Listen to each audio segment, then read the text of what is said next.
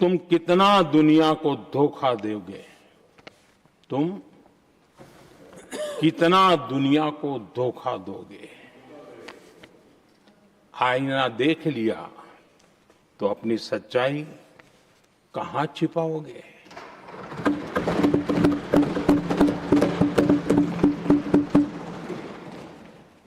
कांग्रेस हो, टीएमसी हो, डीएमके हो, लेफ्ट हो, ये दशकों से केंद्र में सत्ता में रहे हैं, सत्ता के भागीदार रहे हैं। राज्यों में भी उनको सरकारें चलाने का अवसर मिला है, लेकिन उनकी पहचान क्या बनी?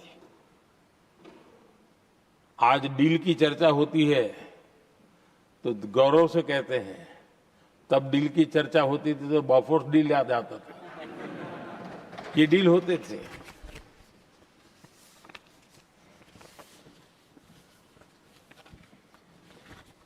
उन्होंने सिर्फ जेब भरने का काम किया। नागरिकों के जीवन में बदलाव आना उनकी प्राथमिकता नहीं थी।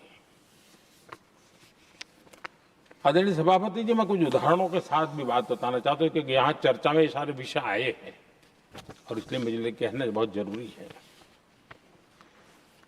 अब एक उदाहरण देता हूं मैं बैंकिंग सेक्टर का। बैंकिंग सेक्टर एक प्रकार से अर्थव्यवस्था की ग्रिड होता है। 2014 से पहले फोन बैंकिंग का कालखंड था। नेता के फोन जाते थे और उसके आधार पर करोड़ों रुपया दे दिए जाते थे और गरीबों को तो बैंकों में दुत्कार मिलती थी, नफरत होती थी। देश की 50% से ज्यादा आबादी बैंक के दरवाजे तक नहीं देख पाई थी।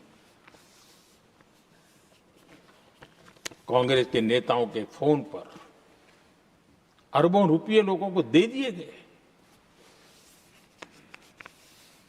और जो ले जाते थे वो अपनी पर्सनल प्रॉपर्टी मान करके पैसे हजम कर जाते थे। यही खेल चलता रहा। कांग्रेस और यूपीए के राज में और आज जो इंडी अलायंस बनकर के बैठे हैं उनके राज में बैंकिंग व्यवस्था तबाही के कगार पर खड़ी थी। मैं नया प्रधानमंत्री के पद का दायित्व मुझे मिला, मैं एक देश के मुखिया से मैं मिला, ऐसे ही बात कर रहा था। मैंने कहा बैंकिंग की दृष्टि से हम कुछ आगे बढ़ना चाहिए। उन्होंने कहा पहले एक बार साहब जरा अभी आप नए हो, आपके बैंकों की व्यवस्था का अध्ययन कर लीजिए। हम कैसे हिम्मत करें?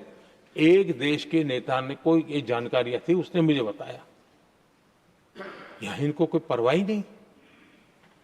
यानी प्रकार से उन्होंने जिस प्रकार से बैंकिंग व्यवस्था को एनपीए के पहाड़ खड़े हो गए थे। जहां भी देखो चर्चा चलती थी, एनपीए का क्या होगा, एनपीए का क्या होगा, कैसे बचेंगे।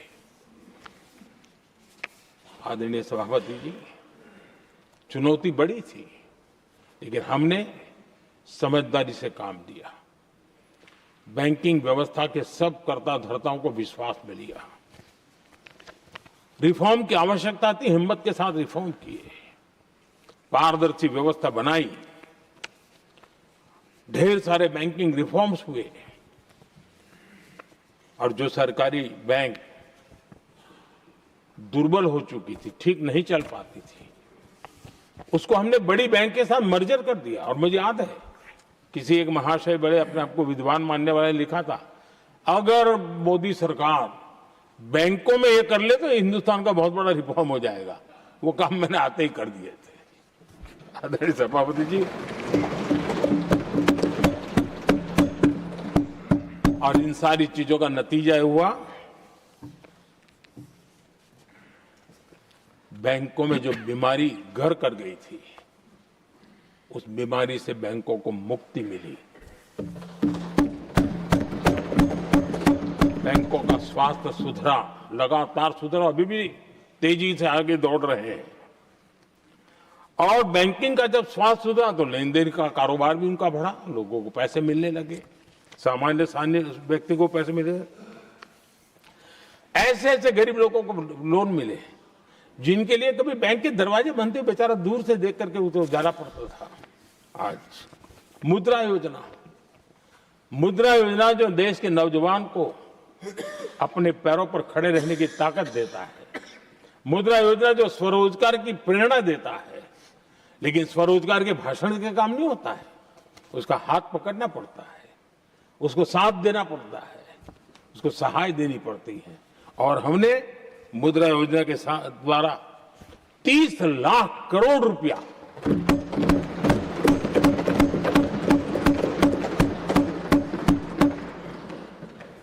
₹30 लाख से ज्यादा लोन मुद्रा योजना के माध्यम से और बिना गारंटी देश के नौजवानों के हाथ में दिया और उन्होंने अपने कारोबार को आगे बढ़ाया। और गर्व की बात है, उसमें बहुत बड़ी मात्रा में माताएं बहनें भी हकदार बनी, लाभार्थी बनी। सेल्फ हेल्प ग्रुप, इन दिनों ग्रामीण महिलाएं बड़े सपने देखती हैं, खुद अपने पैरों पर खड़ा होना चाहती थी। विमेन सेल्फ हेल्प ग्रुप का हमने विस्तार तो किया ही किया, लेकिन 10 करोड़ बहनों को हमने सीधी आर्थिक मदद की व्यवस्था की। हमारे एमएसएमई सेक्टर को हमने भरपूर लोन दी। और मैं आज बड़े संतोष के साथ, बड़ी जिम्मेवारी के साथ इस पवित्र सदन में कहना चाहता हूं, हमने एनपीए जिसके पहाड़ हुआ करते थे 2014 के पहले, आज उसको हमने नीचे निम्न स्तर पर लाकर के खड़ा कर दिया। आज एनपीए 1% से भी नीचे है। ये अपने आप में बैंकों के स्वास्थ्य के लिए बहुत उत्तम काम हमने किया। इतना ही नहीं, हमारे बैंकों का प्रॉफिट आज रिकॉर्ड पर है, हाई रिकॉर्ड है उसके। ये अपने आप में देश की अर्थव्यवस्था को ताकत देने के लिए, बैंकिंग व्यवस्था मजबूत होती है तो बाकी अर्थव्यवस्था को भी मजबूती मिलती है। उस काम को कहेगा आदरणीय सभापति जी। मैं एक और उदाहरण देना चाहता हूं।